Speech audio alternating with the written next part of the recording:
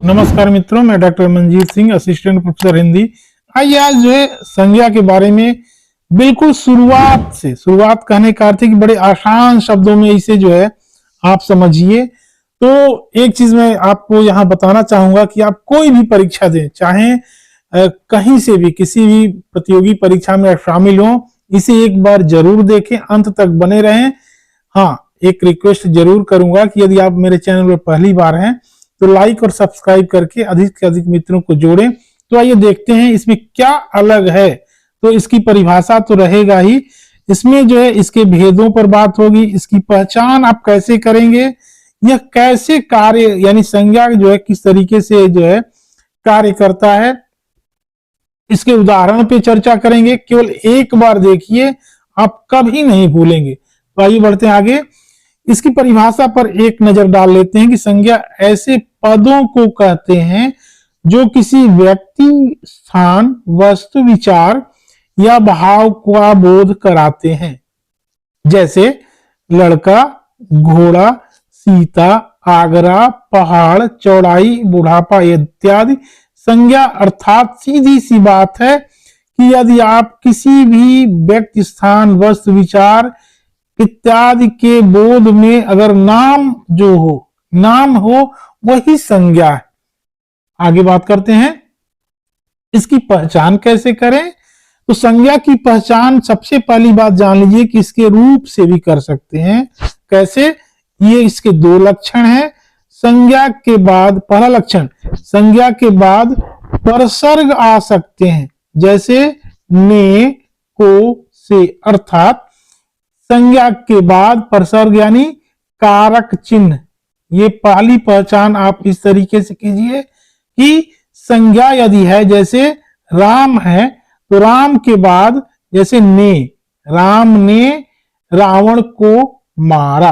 तो कहने का अर्थ ये कि इसके बाद जो है पहली बात यह है कि आपको परसर्ग या कारक चिन्ह। दूसरी विशेषता यह है कि इसके पहले विशेषण आ सकता है, जैसे यहां देखिए, यहां अच्छा लड़का या सुंदर चित्र। दो तरीके से इसकी पहचान आप करेंगे।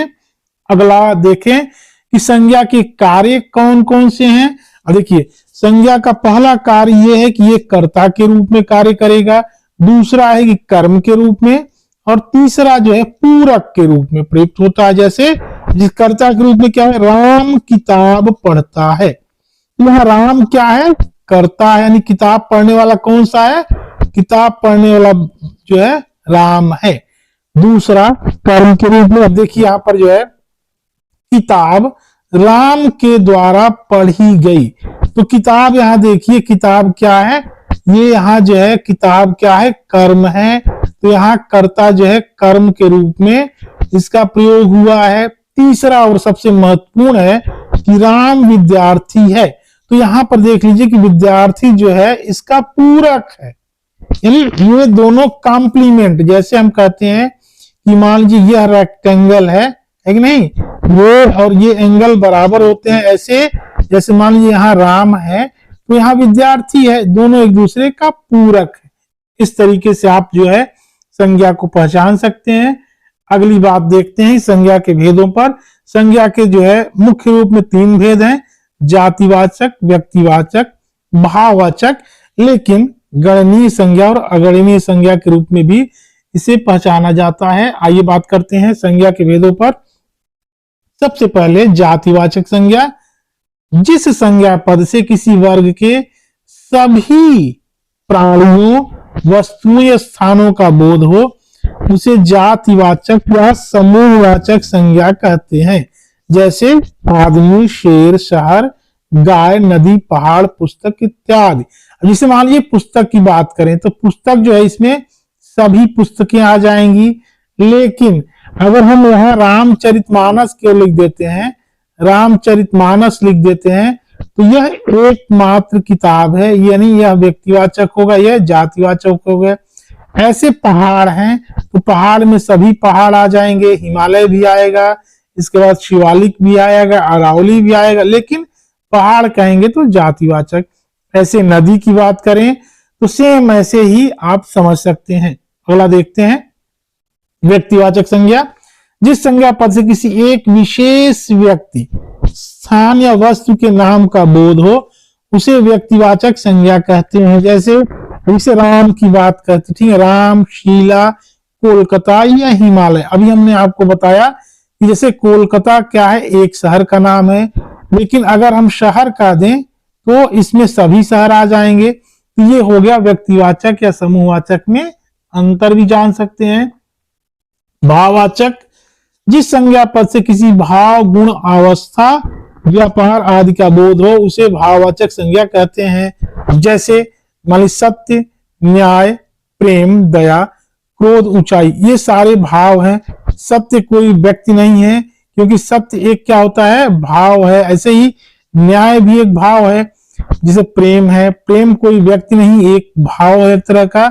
दया हो या क्रोध हो, इस तरह की तरीके से आप भाववाचक संज्ञा को पहचान सकते हैं। अगला देख लेते हैं, जैसे गणनीय संज्ञा, यानी ऐसी संज्ञा जिसके आप बहुवचन बना सकते हैं। जैसे एक लड़का, दो लड़का या तीन लड़का, इसके बहुवचन। लेकिन अगणनीय संज्ञा ऐसी संज्ञा होगी जिसके आप जो है बहुवचन, ठीक है ना, जिसके आप जो है बहुवचन नहीं बना सकते। जैसे राम, बुढ़ापा, साहस, लोग। यहां पर आप देख सकते हैं कि व्यक्तिवाचक एवं भाववाचक संज्ञा इसमें आएंगी अगणनीय में। इस तरीके से आपने देखा कि संज्ञा बड़े आसान शब्दों में आप लोगों ने समझा। Thanks for watching. ऐसे ही आप जुड़े रहें। बहुत बहुत धन्यवाद। पुनः मिलते हैं अगले